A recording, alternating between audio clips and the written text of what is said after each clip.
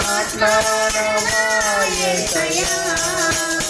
నాలో ఏమైనా పాపమున్నదా నాలో ఏమైనా దోషమున్నదా పాపము క్షమించి దోషము తొలగించి పాపము క్షమించి దోషము తొలగించి మాట్లాడవా యేసయ్యా నాతో మాట్లాడవా యేసయ్యా మాట్లాడవా యేసయ్యా నాతో మాట్లాడవా యేసయ్యా